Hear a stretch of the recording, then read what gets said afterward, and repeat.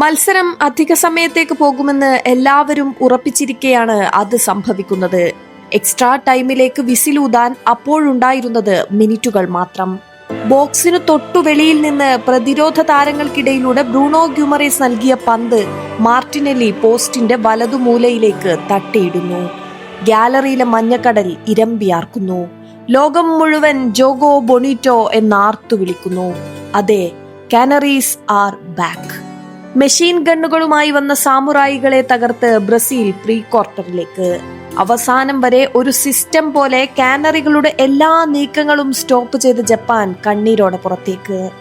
ആദ്യ ഗോൾ നേടുന്നത് വരെ ജപ്പാന്റെ നീക്കങ്ങളെല്ലാം ശരിയായിരുന്നു.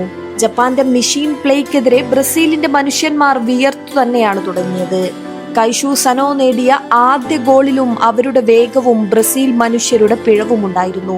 എന്നാൽ ഗോൾ വലയിൽ കയറിയ ശേഷം ഉണർന്നു കളിച്ച ബ്രസീലിന് ഹാഫ് ടൈമിനിടയിലുള്ള കാർലോയുടെ ഉപദേശം കൂടിയായതോടെ കാലിൽ സാമ്പ താളം കയറി. ജപ്പാന്റെ സിസ്റ്റമാറ്റിക് പ്ലേയെ ബ്രസീൽ കാർലോ പ്ലാനിലൂടെ പൊളിച്ചടിച്ചു. ആദ്യ പകുതിയിലെ നിരാശക്ക് ഗോളിലൂടെ കസമീറോയുടെ പ്രായശ്ചിത്തം.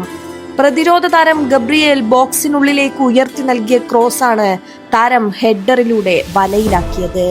അതിനിടയിൽ വിനീഷ്യസിന്റെ തുടർച്ചയായ ആട്ടത്തിൽ ജപ്പാൻ മെഷീനുകളും വിയർക്കാൻ തുടങ്ങി.